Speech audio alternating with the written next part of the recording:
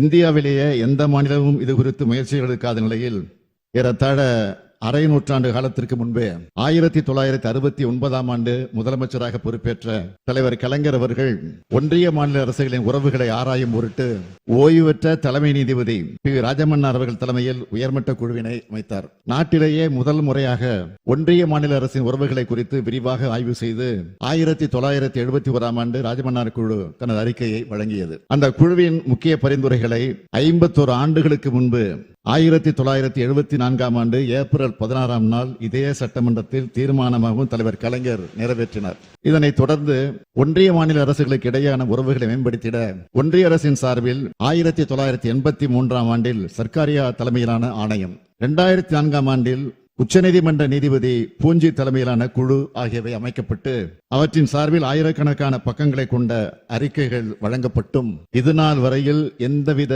மாற்றமுமின்றி ஏமாற்றமே தொடர்கிறது. அடுத்தடுத்து மாநில பட்டியலில் உள்ள முக்கிய அதிகாரங்களான மருத்துவம், ஒத்திசை பட்டியலுக்கு மடைமாற்றம் செய்யும் பணிகளை விரைவாக இன்றைய ஒன்றிய அரசால் மேற்கொள்ளப்பட்டு வருகின்றன. சமூக நீதி, பொருளாதார ஏற்றத்தாழ்வின்மை, ஒடுக்கப்பட்டோருக்கான வாய்ப்பு ஆகியவற்றை கருத்தில் கொண்டு மாநில அரசின் கல்விக் கொள்கையின் அடிப்படையில் மருத்துவ கல்வியில் தமிழ்நாட்டு மாணவர்கள் பங்கேற்பதை உறுதி செய்யும் வண்ணம் இருந்து வந்த நமது கல்விக் கொள்கையினை நீர்த்து போகச் செய்து முழுமையாக ஒன்றிய அரசின் கட்டுப்பாட்டில் நீட் எனும் ஒற்றை தேர்வின் வாயிலாக மட்டுமே மருத்துவ கல்வி இடங்களை நிரப்பும் முறைக்கு மாற்றப்பட்டு விட்டது.